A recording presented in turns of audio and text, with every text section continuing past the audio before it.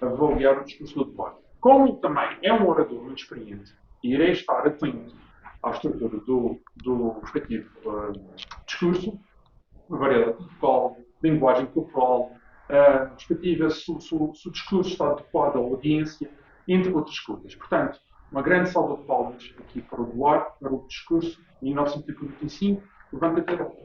Essa era a minha parte. Não,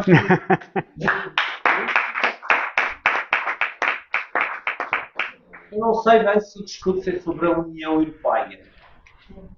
É um discurso que nos vai levar para o pós-guerra, 45, o Levanta-te Europa, Duarte.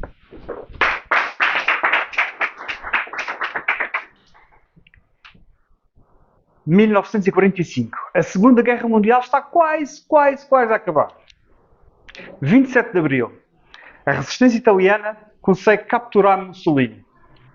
28 de Abril. A resistência italiana mata Mussolini. 29 de Abril. Hitler e Eva Braun casam-se. Não por causa do assassinato da véspera. 30 de Abril. Hitler e Eva Braun suicidam-se. Não por causa do casamento da véspera. No testamento de Hitler, ele diz que o novo chanceler será Goebbels. Mas no dia seguinte, 1 de maio, Goebbels suicida-se. Suicida-se ele, suicida-se a mulher. Mas mais do que antes de se suicidarem, matam os dois, os 6 filhos. 2 de maio, Berlim rende-se. 8 de maio, toda a Alemanha rende-se. 9 de maio, primeiro dia de paz na Europa. E por isso que ainda hoje em dia celebramos o dia 9 de maio como o dia da Europa. 22 de junho, na ilha japonesa de Okinawa, dá-se uma guerra terrível. Apesar da Alemanha ser rendida, e da Itália também, no Oriente continuava a guerra. E na ilha de Okinawa, que é uma ilha com um tamanho 3 vezes a Ilha da Madeira, a luta foi terrível para os aliados conseguirem conquistar a ilha. Ao todo, foram 200.000 baixas, das quais 72.000 foram soldados americanos. Os japoneses iam vender bastante difícil aquela derrota. Ia ser muito difícil conquistar o Japão. 16 de julho. No deserto do Novo México faz-se a primeira experiência atómica com uma bomba. Projeto Manhattan. 6 de agosto. Um avião bombardeiro sobrevoa o Japão em direção a Hiroshima. E lança sobre Hiroshima uma bomba chamada Little Boy. Na verdade tinha 3,20 metros de comprimento, 4.400 kg de peso e uma bomba atómica pela primeira vez lançada sobre a cidade de Hiroshima. A bomba rebenta a 600 metros de altura e morrem de imediato 70.000 pessoas, outros tantos feridos e muitos mais morreram depois com o efeito da radiação. E o Japão? Nada. Passam 3 dias e os Estados Unidos mandam um novo bombardeiro com uma bomba com o dobro da potência. A bomba era diferente em forma, tinha 4.500 kg, era mais pequena, 2,34 m, mas o dobro da potência. E dirige-se à cidade de Kokura, no Japão. Mas a cidade estava com tão mau tempo que o bombardeiro teve que desistir e apontar para o objetivo secundário, Nagasaki. Nagasaki é uma cidade com 240.000 pessoas, comparável com a Madeira, portanto. E às 11 horas e 2 minutos é lançada a segunda bomba atómica, desta vez sobre esta cidade, Nagasaki, mas o lançamento falha o alvo, não é lançado no sítio certo. E a bomba, que explode a 580 metros de altura, explode no vale entre 2 montanhas, limitando os seus efeitos. Se a bomba de Hiroshima matou de imediato 70.000, esta bomba, que é com o dobro da potência, matou menos, 40.000, e 25.000 feridos de imediato. Esta é a imagem. Esta é a imagem de Hiroshima antes da bomba. Esta é a imagem de Hiroshima depois da bomba. A Segunda Guerra Mundial fez entre 70 milhões e 85 milhões, 3% da população mundial. E foi, claramente, um momento marcante da história. Queria passar agora para uma outra fase deste discurso. Uma fase em que vos leio um discurso de Winston Churchill, proferido a 19 de setembro de 46, na Universidade de Zurique, na Suíça.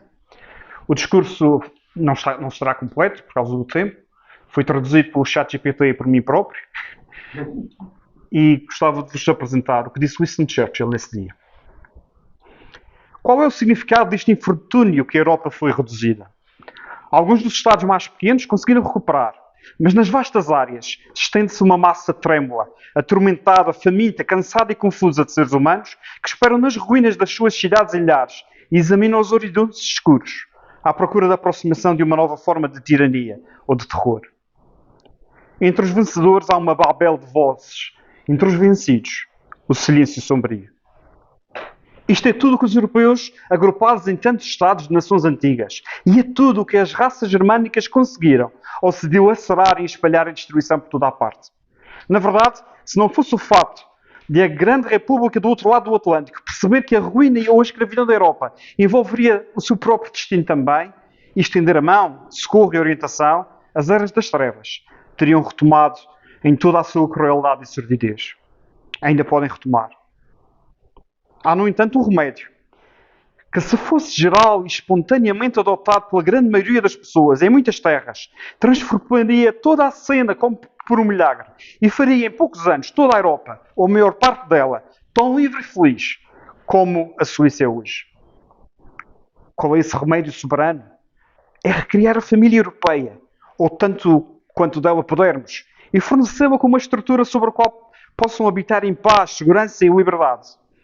Devemos construir uma espécie de Estados Unidos da Europa. Somente assim, centenas de milhões de trabalhadores poderão recuperar as alegrias simples e as esperanças que tornam a vida digna de ser vivida. O processo é simples. Tudo o que é necessário é a resolução de centenas de milhões de homens e mulheres, de fazer o que é certo, em vez de fazer o que é errado, e ganhar, como recompensa, bênçãos, em vez de maldições. Não há razão para que uma organização regional da Europa entre em conflito de alguma forma com a Organização Mundial das Nações Unidas. Pelo contrário, acredito que a síntese maior só pode sobreviver se for fundada em agrupamentos naturais amplos. Para que isso aconteça, deve haver um ato de fé, no qual milhões de famílias, falando muitas línguas, devem participar conscientemente. Todos nós sabemos que as duas grandes guerras mundiais, pelas quais passamos, surgiram da paixão vã da Alemanha de desempenhar um papel dominante no mundo. Nesta última luta, crimes e massacres foram cometidos, para os quais não há paralelo desde a invasão mongol do século XIII. Nenhum igual em qualquer momento da história humana. Os culpados devem ser punidos. A Alemanha deve ser privada de poder se armar e fazer outra guerra agressiva.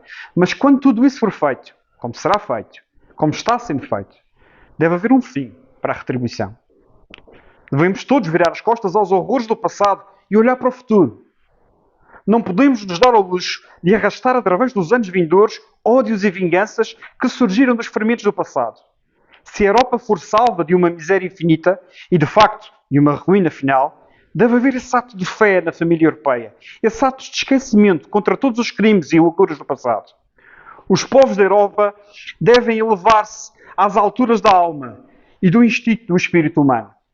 Se pudessem, os erros e lesões que foram infligidos teriam sido levados de todos os lados, pelas misérias que foram suportadas. Há alguma necessidade de más inundações de agonia? A única lição da história será que é a humanidade impossível de educar? Que haja justiça, misericórdia, liberdade. Os povos têm apenas de querer e todos alcançarão o desejo dos seus corações. Vou agora vos dizer algo que vos surpreenderá. O primeiro passo na recriação da família europeia deve ser uma parceria entre a França e a Alemanha. Somente assim a França pode recuperar a liderança moral e cultural da Europa. Não pode haver renascimento da Europa sem uma França espiritualmente grande e uma Alemanha espiritualmente grande. Mas devo-vos avisar, o tempo pode ser curto. Atualmente há um espaço para respirar. Os canhões cessaram de disparar. A luta parou. Mas os perigos não pararam.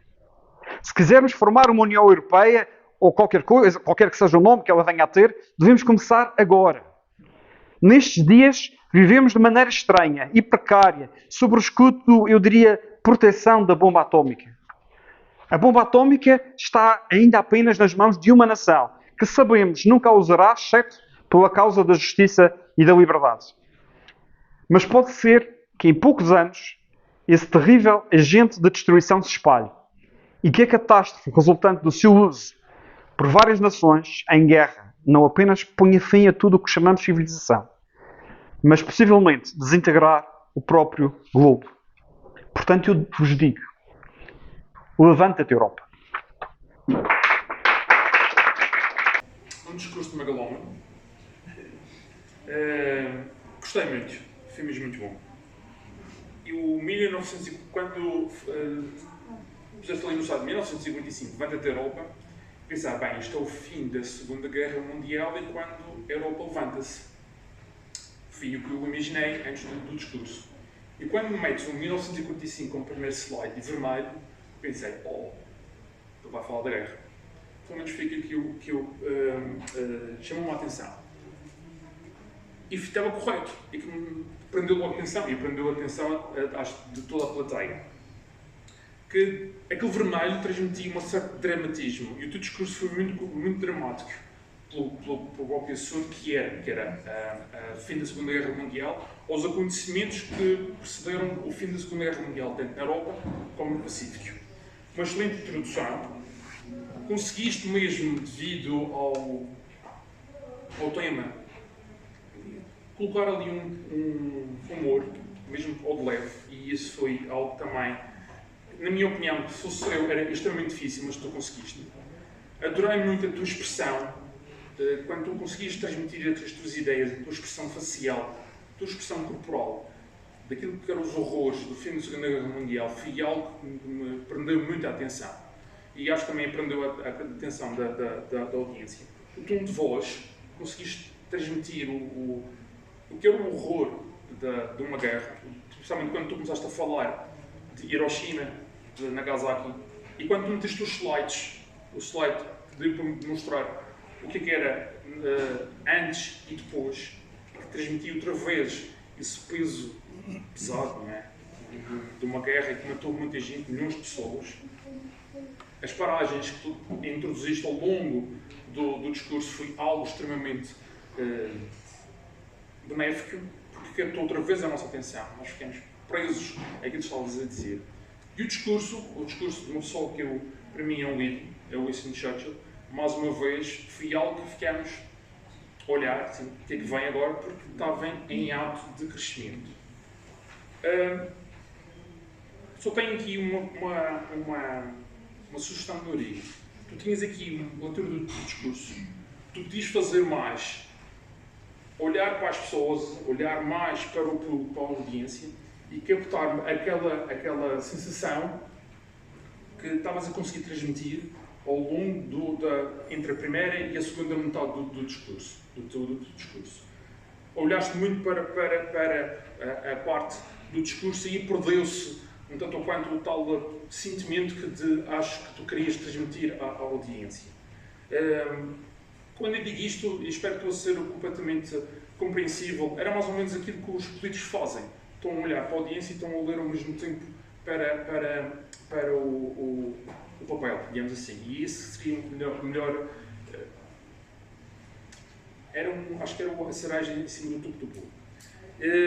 De resto, adorei, mesmo quando estavas a fazer o discurso, a mandar jogar as folhas para o chão, que deu ali um toque especial do discurso. Portanto, muitos parabéns, na minha opinião, fantástico. Muito obrigado.